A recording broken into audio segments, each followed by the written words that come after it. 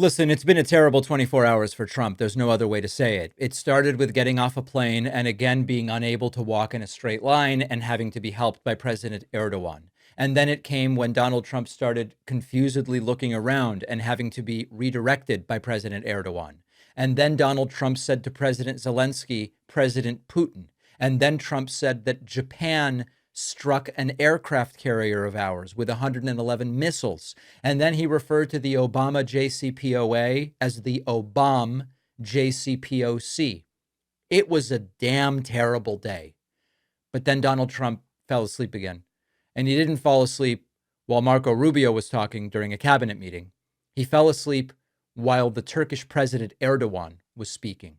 If Biden so much as blinked during an event, Republicans said that he was asleep. If Biden looked down for a second, they said he has no idea what's going on and he's non-compos mentis. If Biden seemed tired during or after an international trip, it was breaking news for days. Donald Trump is now in the middle of another one of these viral clips, falling asleep right during his meeting with fellow authoritarian Turkish President Erdogan. Take a look at this. Trump leaning, desperate to try to stay awake. He should wear those glasses that have eyeballs on the outside. That would help. There he goes.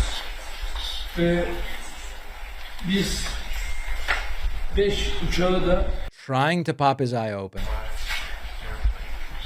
Realizing that the interpreter is speaking to him, but he just can barely do it. Sayın Trump'ın bu konuda bize ayrıca sözü var ve şimdi de bu liderler zirvesinde yapacağımız görüşmelerde F-35 ile ilgili kendilerinden bu daha önce aldığımız sözün I think you get the picture.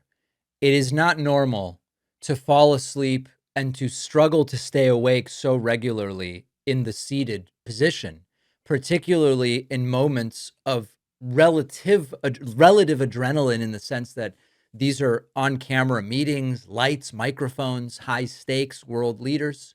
It's not normal. And there have been people who have talked about sleep apnea. I know a couple doctors who are like, listen, you can tell Trump has sleep apnea when you just consider his age and weight, the daytime sleepiness, the breathing noises that he makes when he breathes. Like it's the full picture of sleep apnea. They haven't told us Trump has sleep apnea, but a bunch of doctor friends are like, he obviously has it. His head is tilted downward.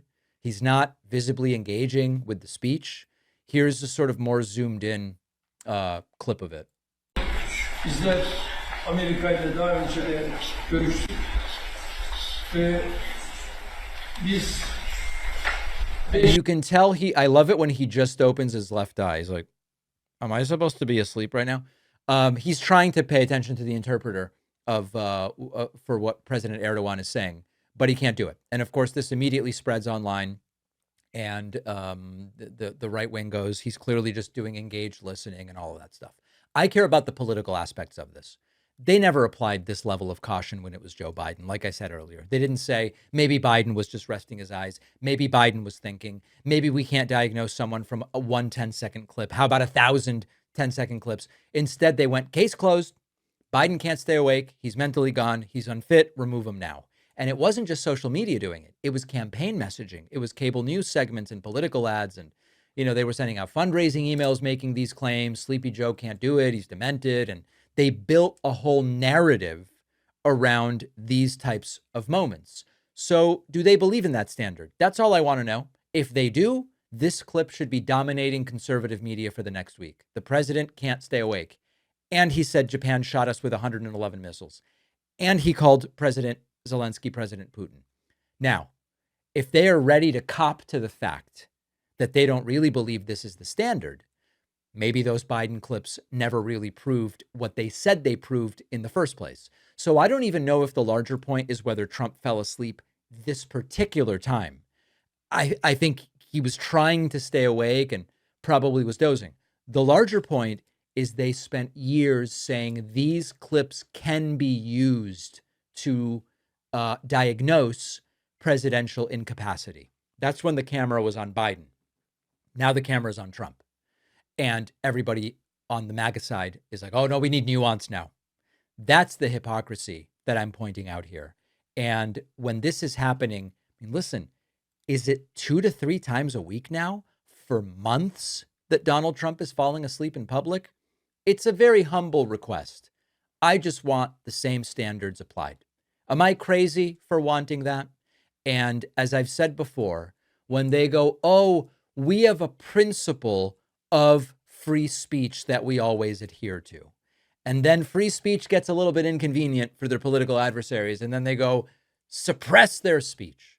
We have a principle of low regulation. We don't get involved. Businesses can do what they want to do.